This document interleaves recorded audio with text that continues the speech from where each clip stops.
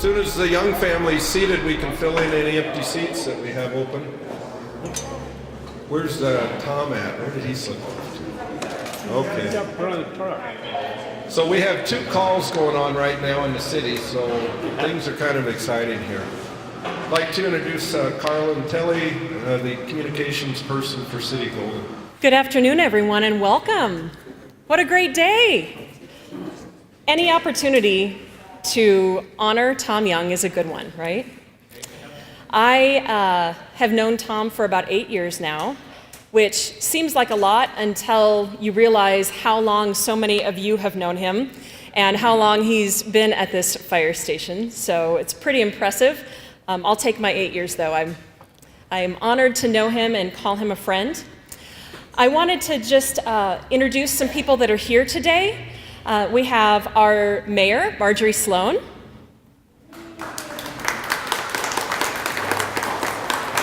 City Council member, Saoirse Karras-Graves. Our city manager, Jason Slowinski. And former mayor, Marv Kaye. And then also a very heartfelt and very warm welcome to Tom's family. So glad you guys could be here. I am going to now bring engineer Matt Finley back up, and he is going to start the program. Thank you. So I also wanted to welcome our neighbors from the Northeast. Fairmont Fire Department is here with a crew, and we have a board member from Fairmont. Is there a board member from Fairmont that made it today? Yes, sir. Thank you for coming. Many of you may not know it, but when Tom isn't here working every day here, he's also a board member for the Fairmont Fire Protection District for how many years? 19 years with them, so he's busy in the fire service. I'd like to welcome this afternoon, Marv Kaye, former mayor of Golden, and Marv was involved back in the time when this truck was purchased, and he's going to tell you a few stories.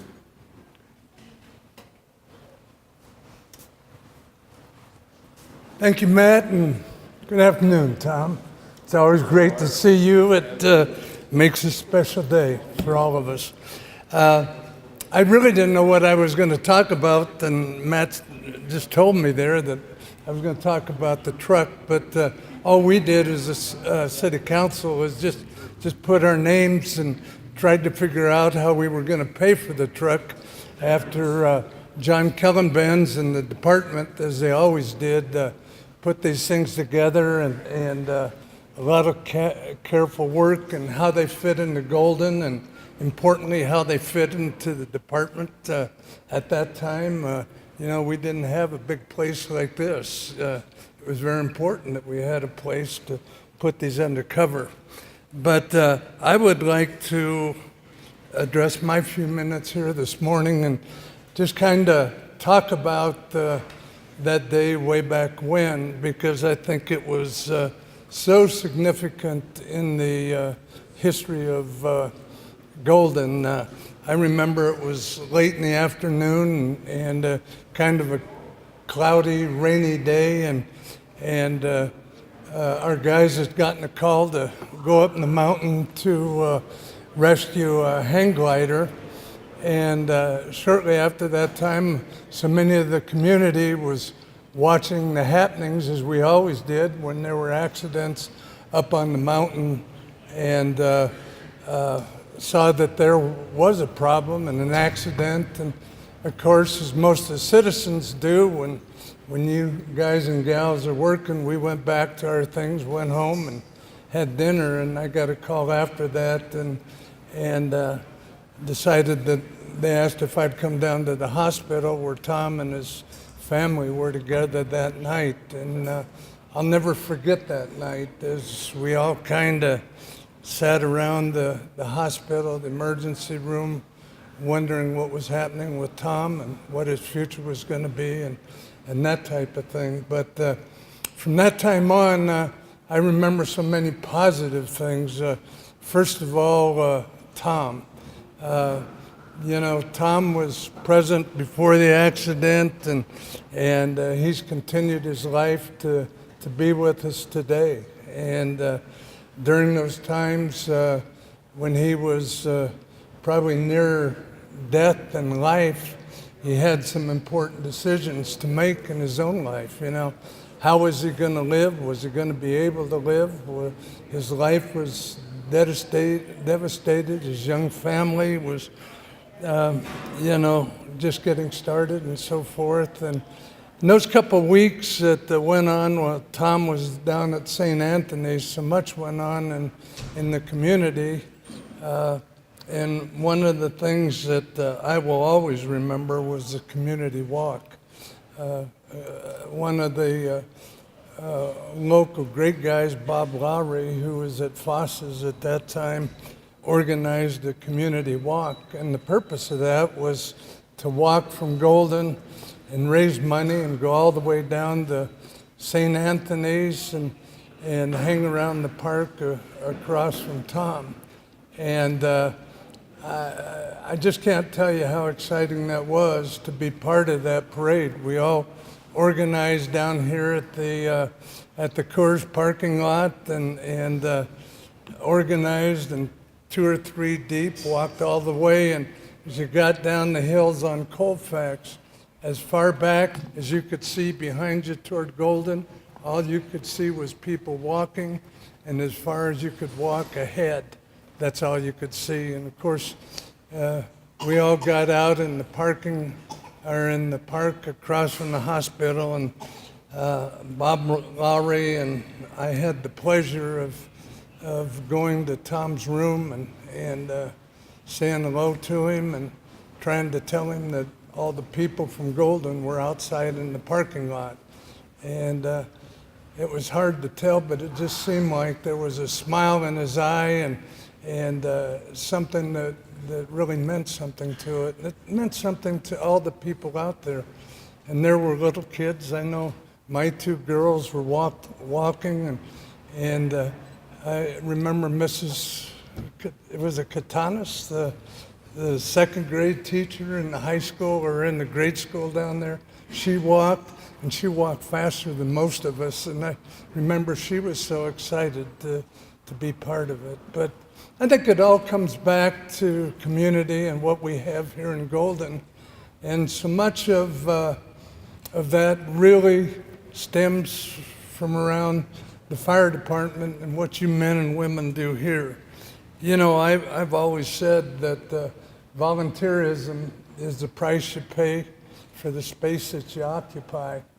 And I think all of us, as we look back, we all occupy a big piece of it. And men and women in the Golden Fire Department put back a hell of a lot more than their share than most of us do. And that's what Golden's all about. And I tell you, I get a special feeling each time, even when I came up here today and the one truck, the water rescue truck, was going out, and the guys in the back were scrambling someplace. There must have been another call. How exciting just to be part of a community where men and women like you keep us all safe. We all are asleep at night, and we all hear you guys and gals taken out in the evening, and it's just a very special feeling when we know that you people are out there paying the price for us to be here in this city of Golden. And we appreciate it. We appreciate it from the bottom of our hearts, and certainly give tribute to you, Tom. And you are and always have been an inspiration to us, and how you've made your life and made something so very positive of it, and what a positive part of our community and your family and the department y'all today. So thank you very much, and it's great to be able to say a few minutes. Thank you.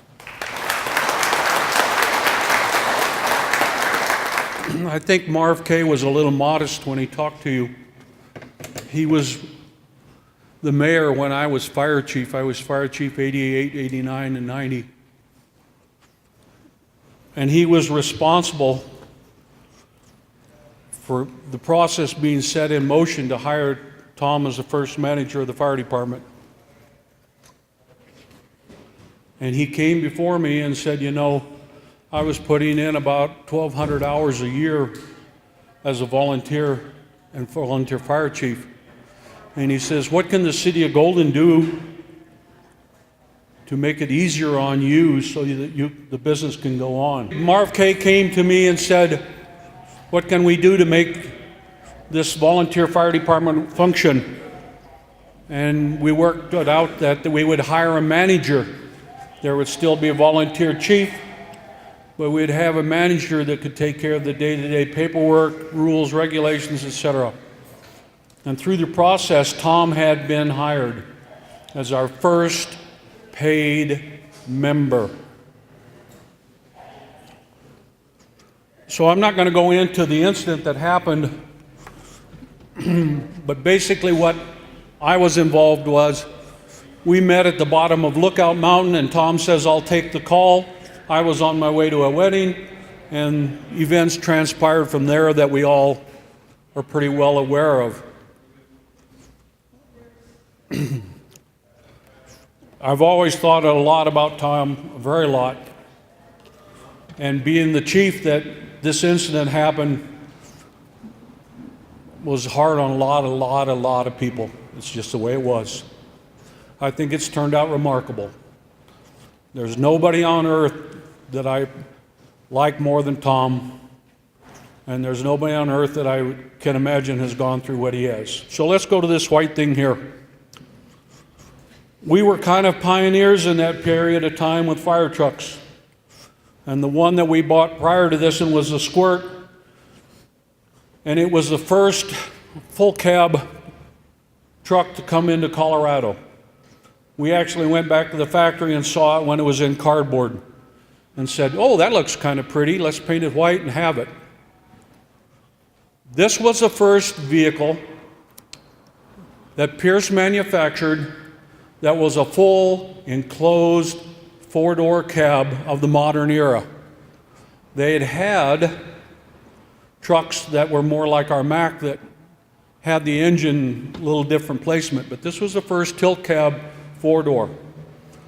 And like the other one that was before this, I went back to the factory with, I think, Jim Hinkle, and we actually saw it in cardboard and got to sit in it and feel it and touch it and smell it. And so in 1989, that's when we actually bid this thing. I got it here, that was December 29th. It was actually taken bid information to council. So we had started it early in the year of 1989 to buy it. And after we had gone through council and everything else, oh, by the way, this thing cost $166,000. The new truck the city just bought cost 5 times that amount for a truck that'll squirt water and carry people. 5 times. So this was approved by council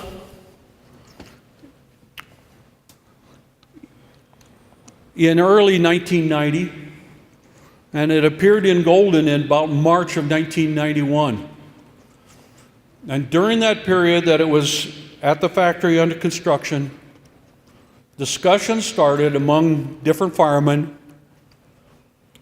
who brought it to me and said, what about putting Tom's name on the truck? It had never occurred in the history of Golden to have a truck with a name on it. And so it was taken before the membership, and the membership agreed that Thomas Deacon Young would have a truck named after him, unbeknown to him, and then not exposed until it was brought back to Golden. I will leave this book on the front bumper, but there's a little interesting fact about this. What did I used to call you, Tom? Tomas. I called Thomas Tomas. Well, that's a little bit different spelling, isn't it? And you will see in the pictures that this is spelled differently. And it was manufactured at the factory, Tumas. And when I got back there, I said, oh, what I called him in joke came out in paper. So there's a picture of this truck at the factory with the lettering removed, just the front.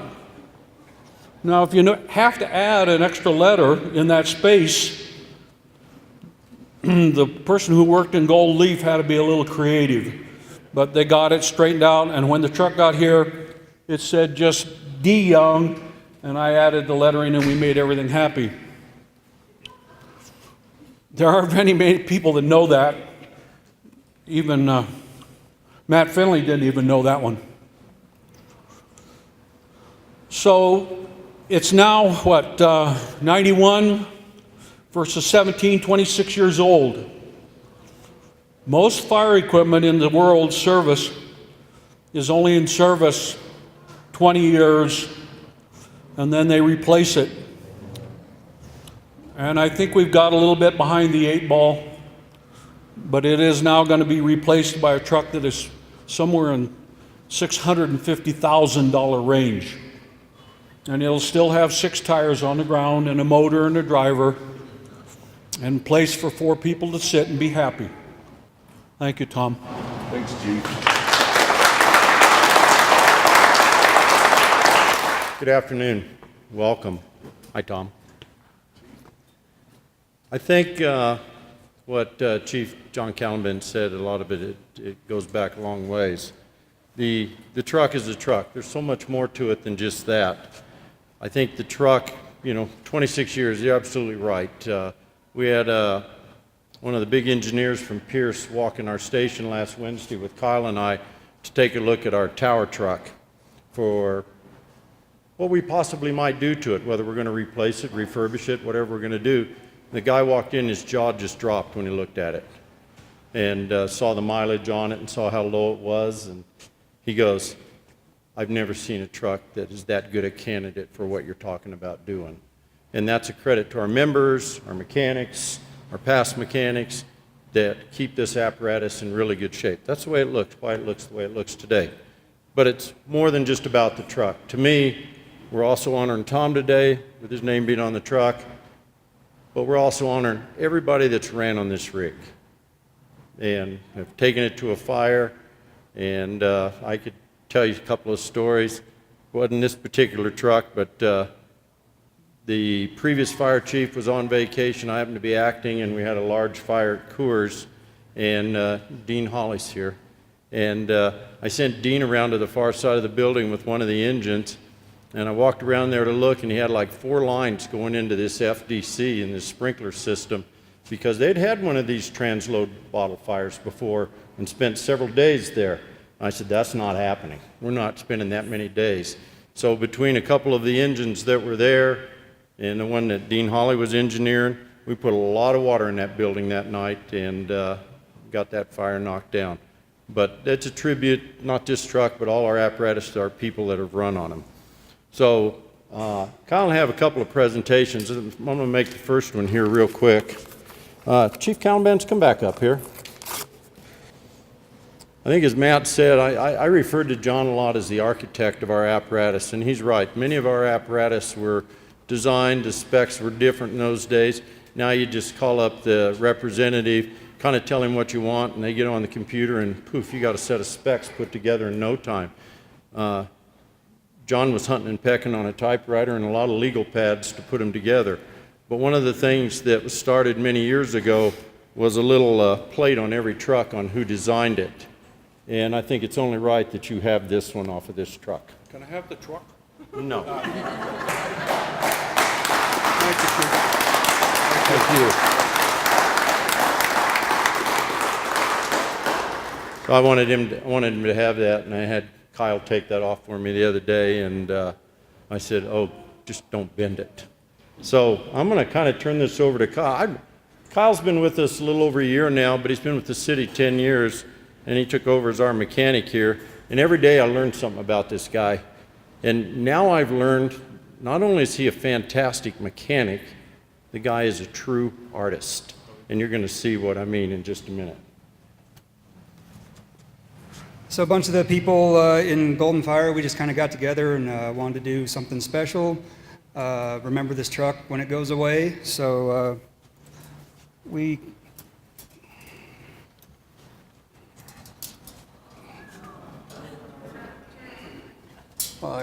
Sorry. There you go.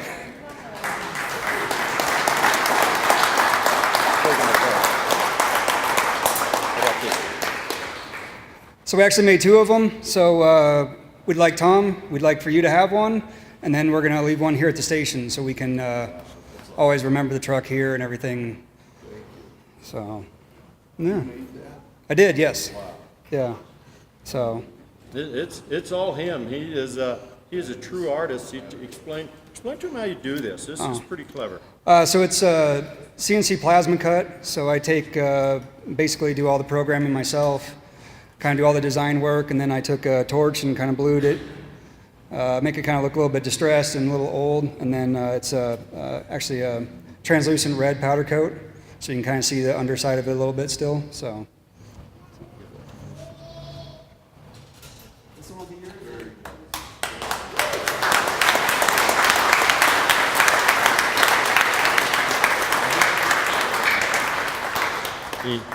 He told me, once you get it onto the cutter, it goes pretty easy, but designing it, and I didn't know till we were coming back one day. We'd been out looking at some SCBA fill stations. We went by a golf course, and he was pointing out the signs along the golf course. They're cut like that, and he did all that work and made those for that golf course. So he is a true artist.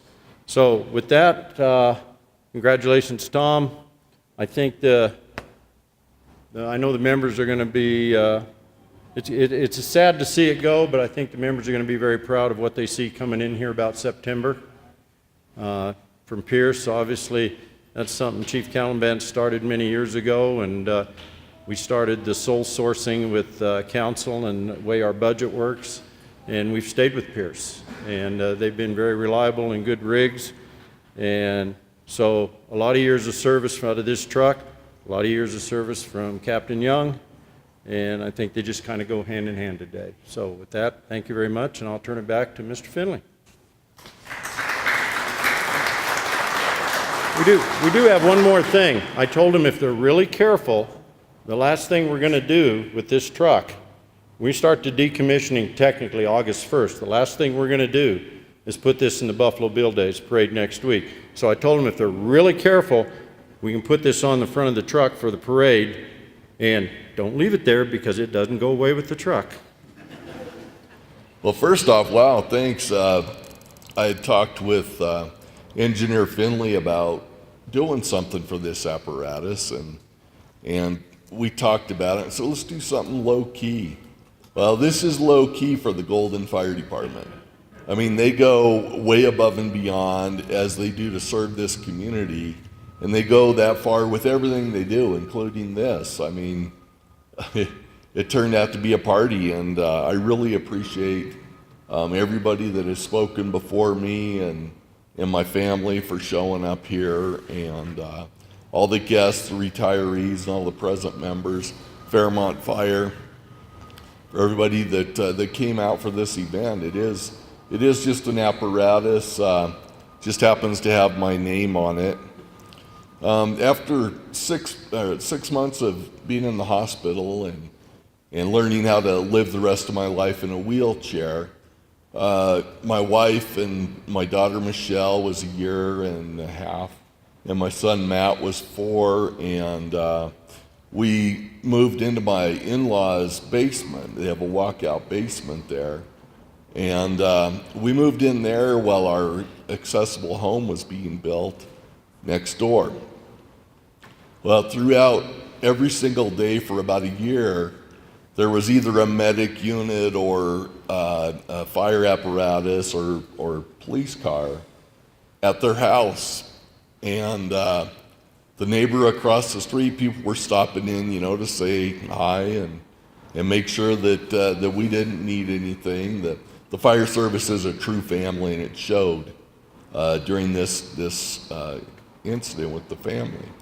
Anyway, people would stop by in their fire apparatus from all over the Front Range, and it was remarkable. And the neighbors across the street, across Easley Road, came down, and their curiosity finally got the best of them. And they came down and rang my in-laws' doorbell, and they came to the door and said, they asked, is everything all right?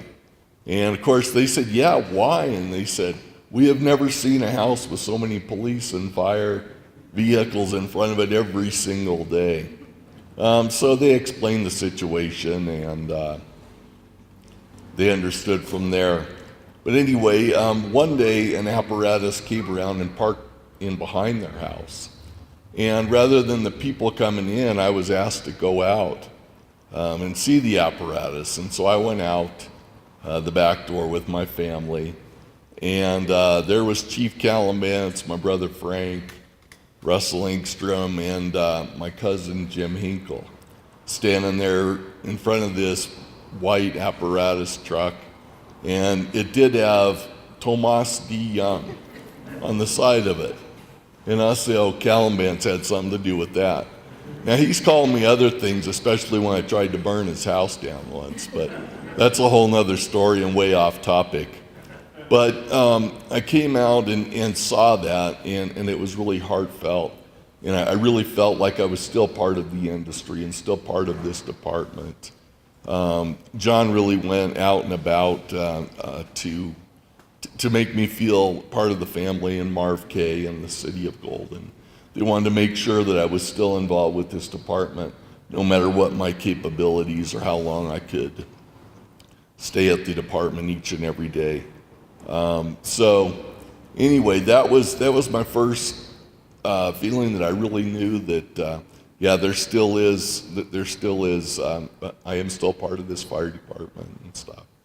Several years later, my daughter decided that she was going to get married to this man sitting next to him, and he, by the way, is the executive chef at the Breckenridge Brewery Farmhouse. I always like to plug it because it's a great place to go. But Shell came to me and she said, you know what, Dad, when we get married, I would really love to have your apparatus take us from the church and bring us back to the reception. And I couldn't wait. I thought that was so cool. So between Finley and Chief Burrell, they made it happen, and it was very heartfelt and touching to see my daughter in her wedding dress and son-in-law arrive in the Engine 3 here. It really meant so much to the family, and I think everybody involved. And one funny story about that is after the party got cranked up, several of the groomsmen ended up outside, and they proceeded to take axes and the Denver tool off of the apparatus, and they laid the best man down on the ground and took a picture posing like they were beating the hell out of this poor kid. So that was really something. And so, you know, as the kids were growing up, we would see Engine 1, which is this one, driving through the community, and they'd get all excited and say, hey, there goes Daddy's truck. And I had to explain to him, yeah, it has my name on it, but it's really not mine. But when I heard that it was going to go up for sale, my son-in-law and I put our heads together and we started talking and saying, let's buy that. And you know, my wife Linda, she said, what are we going to do with a fire truck? And so Nate and I thought, well, it'd be a perfect food truck. You know, I couldn't get Breckenridge Brewery to buy into it. So they grew up, and Thomas DeYoung became Engine 3. And I was fortunate enough that my granddaughter, Madison, hi Madison, hi Pumpkin, Tigger, she was able to sit in the apparatus and have her photo taken. And I think of future grandchildren that won't be able to do that because Thomas DeYoung is going away, but they will be able to sit in the newer, more improved, shinier apparatus. So I was really, really super happy to see Madison. And she loves Engine 3, don't you? Daddy showed you the lights and stuff. My son is a career firefighter for North Metro, yet another mine school graduate that went into the fire service. I don't know what it is about those mine students. But anyway, Thomas DeYoung has served here for the engine for 26 years, and it's time for it to go away, and it's going to be sad, but I hope that we know where it goes, and maybe Thomas DeYoung will stay on the side. And wherever he goes, we'll be able to know the story and just a little background of what exactly this truck was all about. So the Thomas DeYoung will maybe be peeled off the side, maybe not. And hopefully it'll serve another community for another 26 years. But again, thank you all. It means so much for everybody being here. This is way more than I had expected, and I really appreciate it. I'm so glad to see so many of the retirees that I served with, and Mechanic Jack Wiss and I, we've had our fair share of moments talking about stuff, and Chief Bales and all the current members, family and friends, Fairmont, of course. I just really appreciate all the support throughout the years, and if there's anything I can ever do for any of you, please don't hesitate to ask, and thank you. Turn it back to Finley.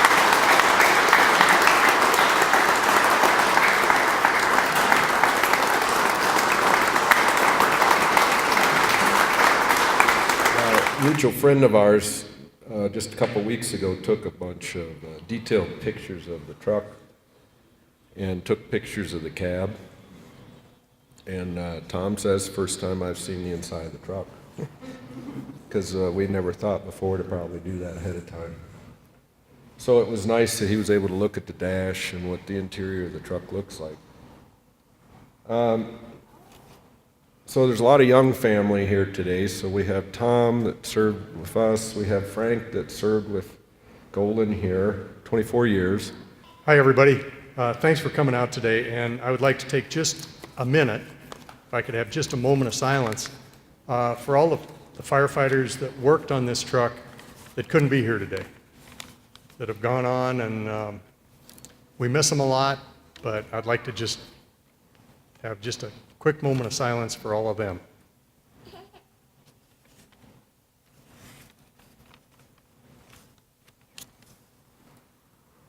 Thank you.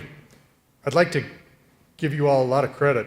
I was asked to speak last week at a event sponsored by one of the local community groups, and it was held at the Buffalo Rose, and you're a much better crowd than the crowd that was there that night. You're much more well behaved, so thank you very much. And I'd like to thank Matt for putting this all together. It was really good, Matt. I got to take my uniform out of retirement, and my wife kind of likes me in uniform, so, you know, it was a good thing. Yeah, thank you. There's a lot of you here who were either not with the fire department or too young to remember Tom's accident, and it was a pretty dark day for the fire department, and as it turned out, a dark day for the city. And we were all struggling to get through it emotionally, and all of a sudden, this truck shows up, and it was like a little ray of light. It was like, yeah, this is going to work. We're going to make it all of us. We're all going to make it through that. And John, I thank you again for your work on the truck and particularly putting the name on it. You know, it was just kind of a sign that, yep, this is going to be okay. And so 27 years, you know, the truck served the city well. Tom has continued to serve the city well. I want to thank his wife, Linda, for one day putting him in the corner and taking his straws away from him and telling him to get it together. Because otherwise he might still be sitting there. I don't know.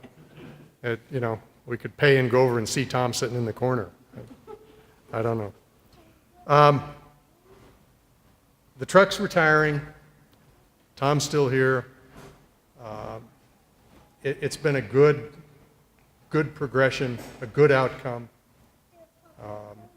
Things couldn't have turned out better, as far as I'm concerned. And the truck, yeah, it's a truck, but it's also a symbol that got us through a lot of dark times. And somebody else said it, I don't know whether it was Tom or somebody said, yeah, every Buffalo Bill days, you could just hear random people in the crowd, oh, there's Tom's truck. And so, besides being a really good fire truck, it was a symbol to the community. And that's what Golden's all about. It's about community.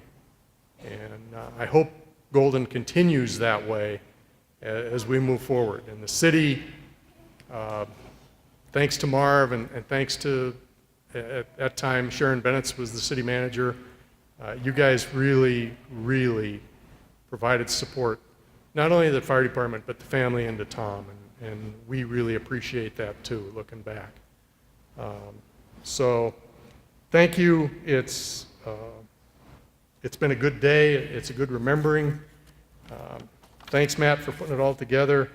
And I want to just recognize the rest of my family that are involved in emergency services. Matt, Tim, my son Ted, everybody, there's parts of the family that have continued the tradition of doing things, emergency things for the community, and I'm proud of that. I'm proud of all of you. And I'm proud of the rest of you too, but because we're standing here by a fire truck, I just wanted to say, if we were standing in other places, I'd say I was proud of all you too. Well, I'm still proud of you. Never mind, I'm just leaving.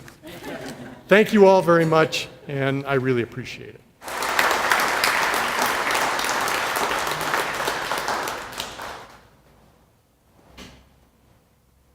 Thank you, Chief Young. Well, that brings us to a close today. We got anything else? So one more quick thing. I'd like to also recognize that my son married. He graduated from School of Mines as a petroleum engineer and went on to be a career firefighter. But he married a mechanical engineer from Kansas State who works for a petroleum company. So it all works out. Well, wonderful. This truck is, the chief has given us till August 1st, so it's going to be in the Buffalo Bills parade a week from today with Tom's family members.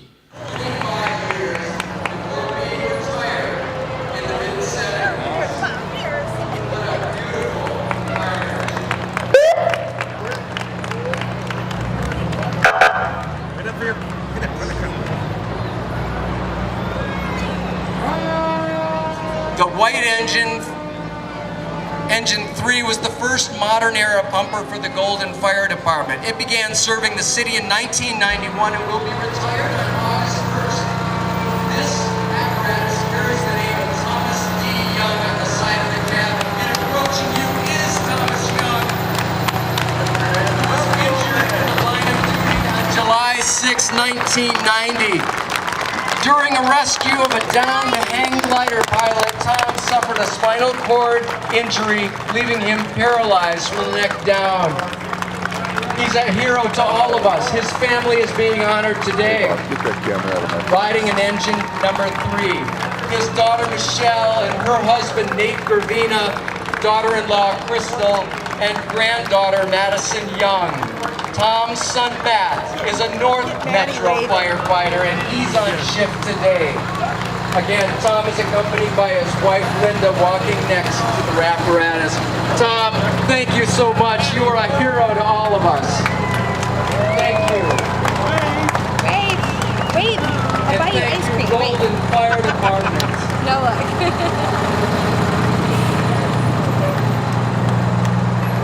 You've been back in there before. We have, yes.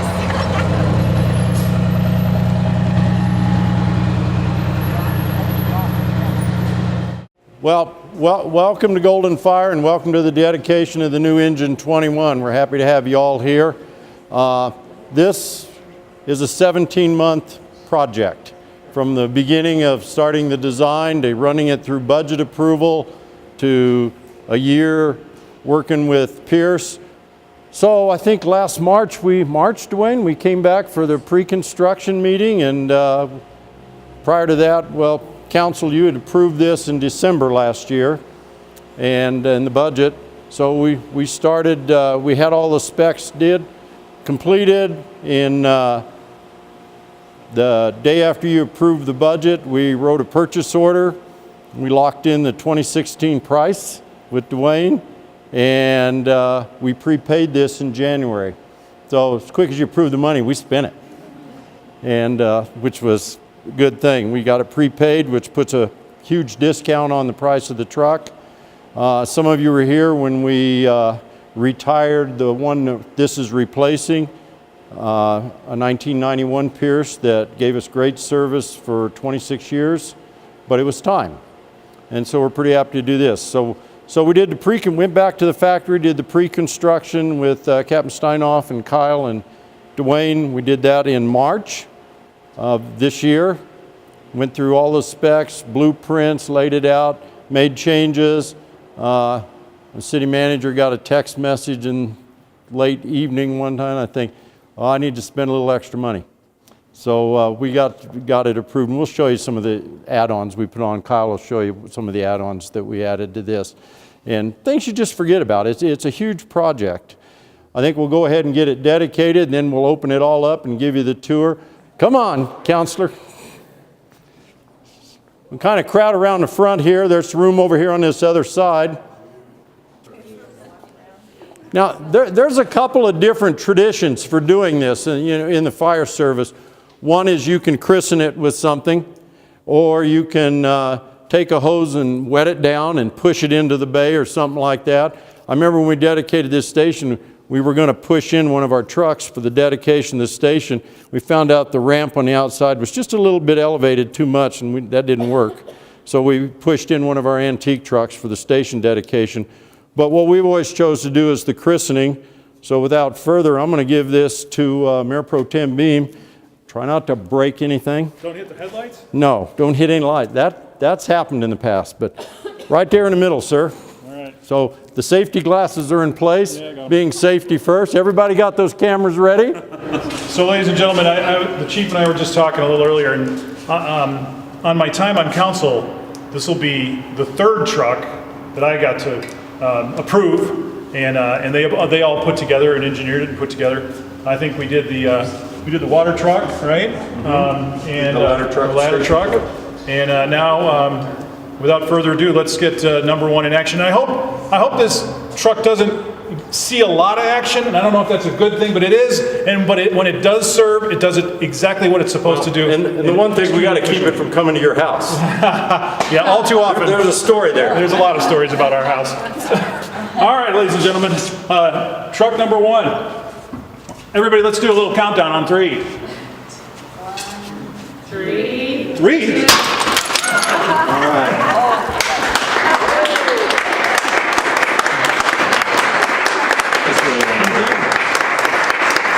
All right, good job. Thank you. So we started the truck, tried to lay out a lot of the tools somewhat similar to the other rigs, but then we kind of figured out it's too different. So we just started putting stuff wherever we could make it work and be usable, and where the firefighters are going to be able to access it easily. So we started with this compartment. We did a tool drawer in it, toolbox in it, which none of our other rigs have inside. Any of the engines have inside of them.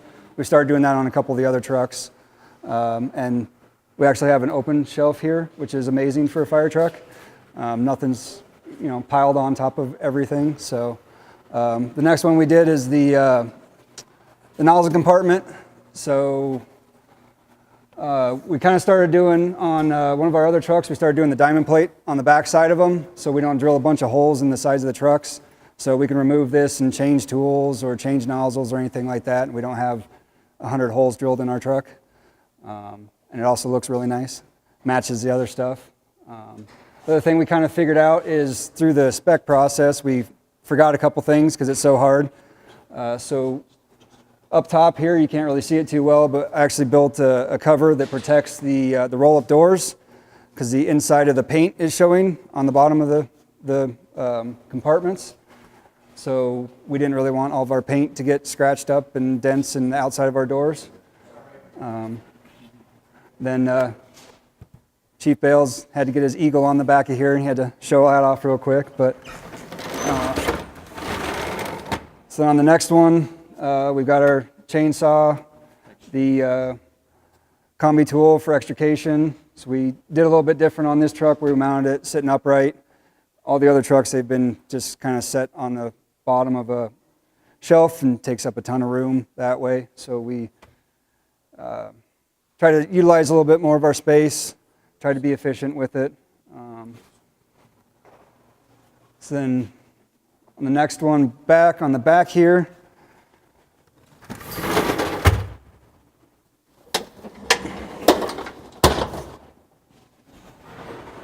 we had a roll-out tray on the bottom so that it makes the fan easier to get out, so you don't have to lean over the tailboard and pull the fan out and hurt your back.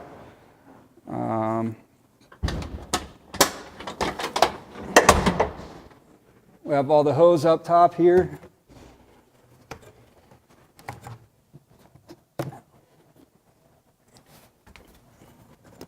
So you got all your hose for everything.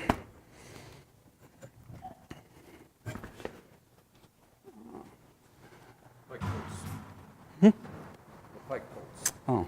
Yeah. Another thing that we did that's a little different than most of our other trucks, we had all of our pike poles down here, which was wasted space before. So I think Dwayne was the one that recommended us doing that. A lot of the other trucks where they now put the ladders on top, they stick those pike poles way up high. And just to get a pole, it's ridiculous to have to climb up that high, especially if your steps get icy or something like that. So Dwayne came up with the idea and said, well, we can put them right through the body. We said, let's do it, and put the little door on there, and we got that all worked out well. Chief, what do those do? Pull ceilings and stuff like that, or open up walls and things. You'll see the next time we come over. Probably true. Another thing that's a little different about this truck, it actually has backup sensors on it, which they always use backers anyway, but we kind of felt that for added safety and all that, it was worth leaving those on. And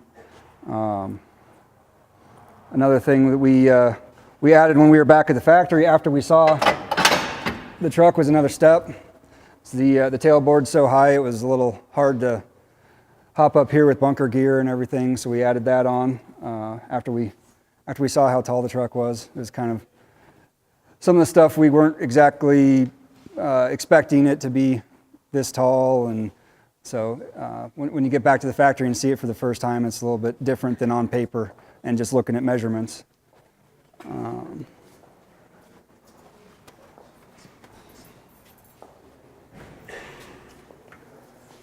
This one's pretty simple, but we put a roll-up cord reel in this one.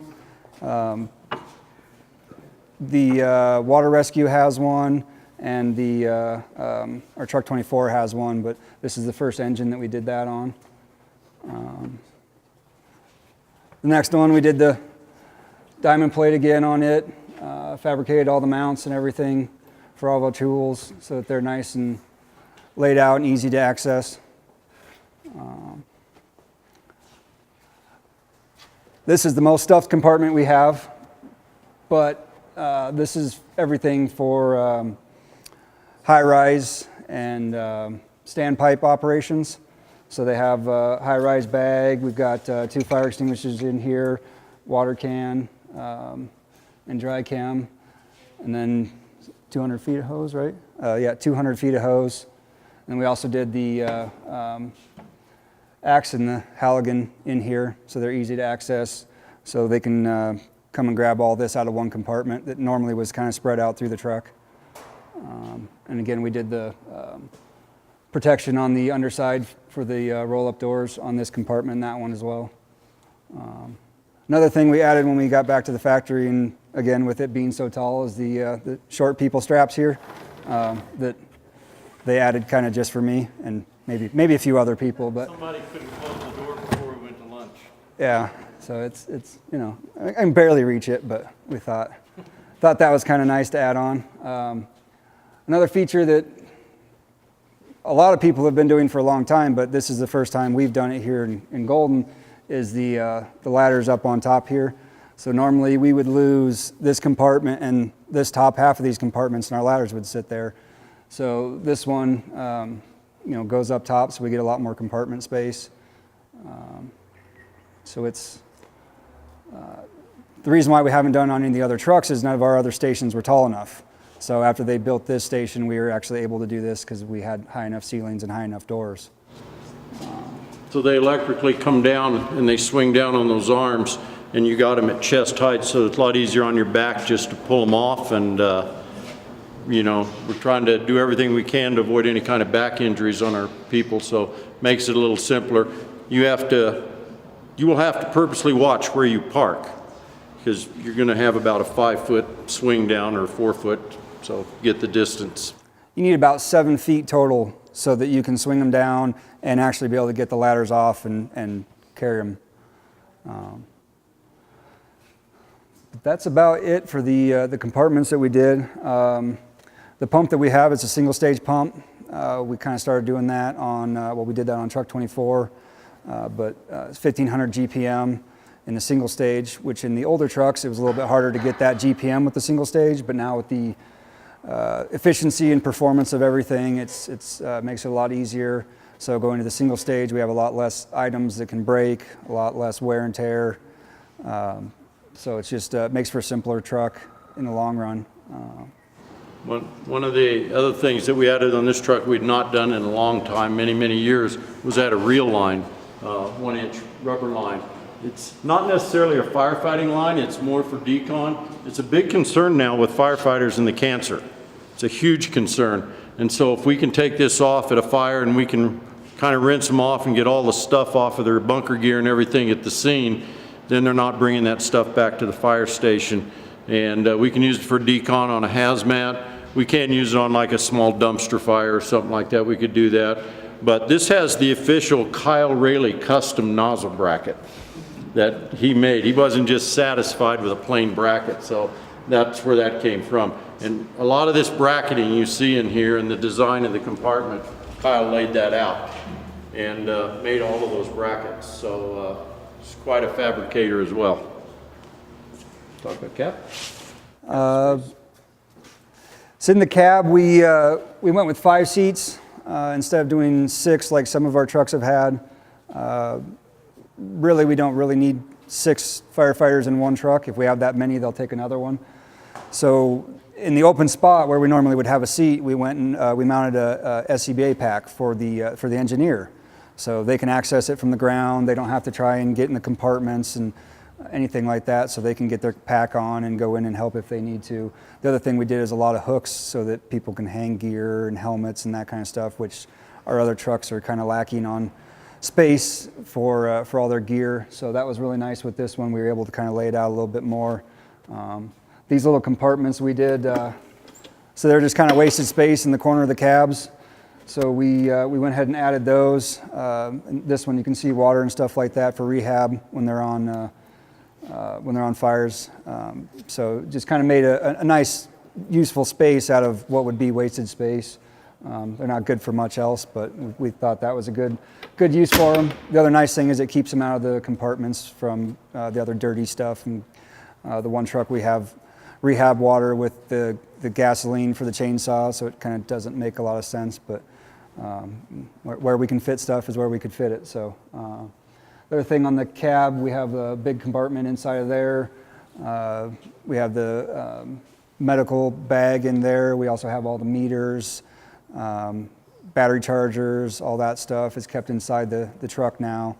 Whereas some of our other ones, well, our older trucks, they're on the outside in the compartments. One of the things on this rig, and Dwayne, help me if I miss this up, there are like 17 or 19 computer systems on this truck. There's a high number, which, you know, years ago you didn't have those on there, so everything is now computerized. When that, you know, that rare occasion when it does have to go to the repair shop, you can plug in and you can diagnose any problems you're having. The other thing we did, as you noticed in all the compartments, everything on this is LED lighting. Energy saving, doesn't put near the strain on your battery or your alternator, and we'll have Kyle light it up, or Lieutenant Hulse can go around there and light it up here in a minute, and you'll see all the LED lights. And we added some scene lights on top that rotate, and the scene light on the front, so when you pull up on a scene, especially like in an intersection, you can light up that whole intersection just with a flip of the switch, and you don't have to set up any portable lights. And our pole lights are the same way. We can put those up real quick. They run off a generator. This truck also carries 25 gallons of Class A foam that can mix with our water. We have a 750-gallon water tank, so it does transport its own water as well until they get a hydrant supply. The cab is much more roomy. Kyle and Captain Steinhoff were very insistent that nothing lay loose, everything be mounted, so nothing goes flying out. There are stories around the country, loose equipment flying around in the cab of a truck injuring firefighter. We didn't want that, so all our radios, everything, our portable radios, everything they're using, flashlights, everything, and when they put their bunking gear on there to tie it down, hook it in, and you know, if they're not wearing it. So safety was a big concern on this truck, and with all the airbags on it and the design changes in the engineering that Pierce has made over the years, the truck is much, much safer for firefighters than many, many years ago the trucks were. A lot of different airbags all around this thing. I think it's even the diagram that they say we can't take off, so it's still up here in the window showing all the airbags and where they are. Seat belt indicators. The driver can see if somebody's sitting in a seat and that seat belt's not fastened. That's a big deal to us. Your seat belt will be fastened if the truck doesn't move. And it's not only a city policy, it's just common sense, and too many times you see firefighters riding around across the country and seat belts being undone, and you can guess what the circumstances come out if you don't do that. So anyway, where's Jeff? You ready? Jeff will light this thing up. You probably all need your sunglasses, but make sure you walk around and watch, get up and see all the lights that we put on it. Everything sequences on in an order. And you can just take a walk around. We only have, most everything is red. We have 2 blue lights on the front, and that's it. But go ahead and you can take a walk around the whole thing. You can see how well it's lit up.